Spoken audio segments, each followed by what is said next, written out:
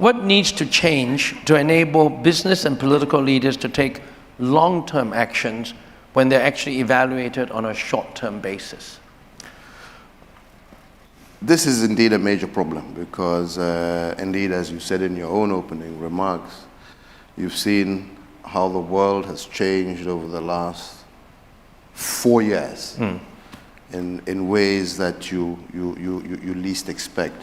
What we are trying to do, for example, within Kenya and, let's say, the greater African region, is to try and create development plans and programs that stretch over a 50-year period, that hopefully are able to live beyond administrations.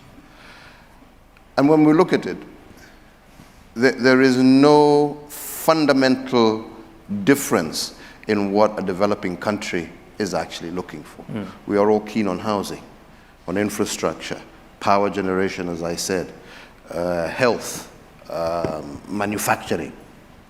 There are no major fundamental differences that tear us apart. And this is what we are telling ourselves on the African continent. We need to really come together and be able to have focused and long-term plans that supersede administrations and that supersede borders. Because this is the only way that we can have sustainable development. And this was really the major driving force even behind the Africa Free Trade arrangements. And this is what really inspired a lot of African countries. You know, very few people actually expected that we would get every single African country to sign up to this arrangement in the short space of time that it actually happened, and to actually operationalize it, again, within the short space of time.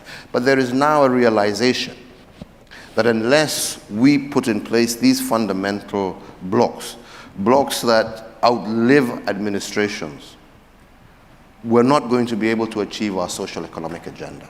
So really, it is a question of how do we, as governments, get private sector on board with similar understandings and partner together, therefore, to be able to achieve and to take advantage of the business opportunities that come out of it, but also partner with us, because those business opportunities also lay the foundation for us as governments, as politicians, to achieve the social economic aspirations of our people.